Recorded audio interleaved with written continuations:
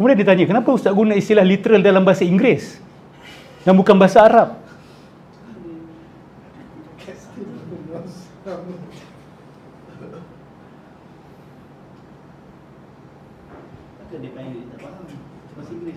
Okey, ada yang tanya, Ustaz kenapa tak guna saja lafaz hakikat? Kenapa tak kata saja ni hakikat lughawiyah ke urfiyah ke syar'iyah ke zahir ifradi ke zahir tarkibi ke? It's a dialogue. Kalau kita boleh buat orang awam faham sekali kan bagus.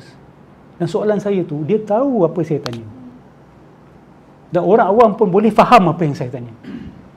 Dan bila saya kata literal dengan maksud yang bukan figuratif, berlawanan dengan majaz, dah menyelesaikan sebenarnya. Dia dah tahu which one I'm talking about. Of course, it is kita kata hakikah lughawiyah lah yang saya maksudkan. Hakikah lughawiyah ni apa? The first meaning yang diletakkan untuk satu perkataan bila perkataan tu dicipta. Macam singa. Apa perkataan pertama? Binatang tu kan? Bukan orang yang berani.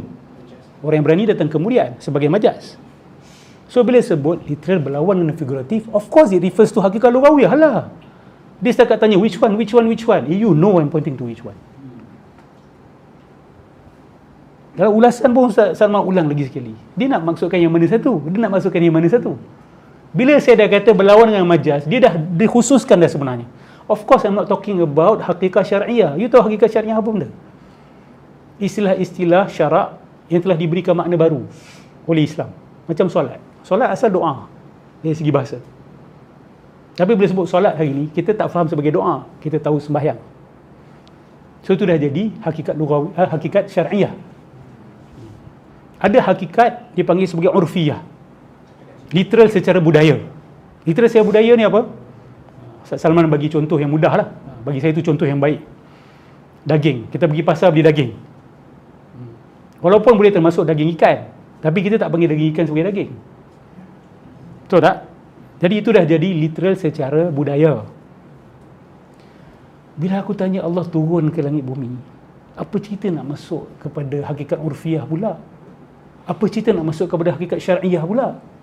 Adakah dalam syarak define turun Allah tu apa? You guys can understand, isn't it? It refers to, of course, hakikat lughawiyah yang awal tu. Literally turun seperti yang orang awam faham. Dia pun ulang seperti orang awam faham. You know what I'm talking about. Come on, you know. You guys know what I'm asking. But trying to hide behind complexity of istilah. We know this game. We're not new in this. Kita tahu.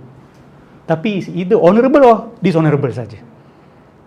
Orang awam of course tak perasan. Tapi kita tahu.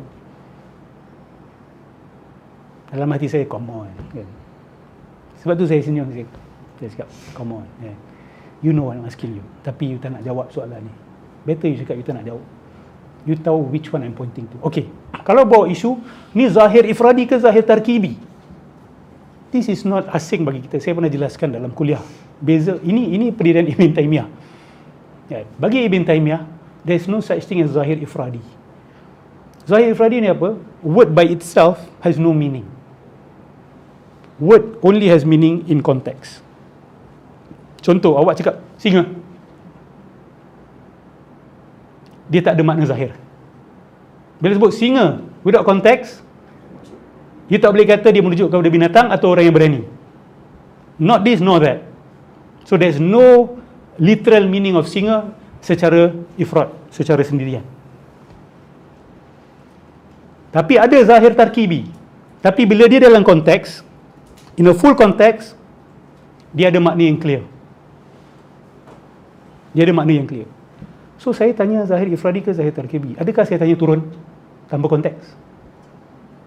Kan saya tanya Allah turun 2/3 malam ke langit bumi, itu kan ada tarkib dia. Itu kan ada konteksnya. Jawab je lah. Zahir ke tidak? Literal ke tidak? Allah turun ke langit bumi supaya orang faham. Kan kena trap kat situ. Mengaku je lah dah kena trap. Mengaku sajalah manhaj you tak boleh jawab soalan ni. Don't play around the bush.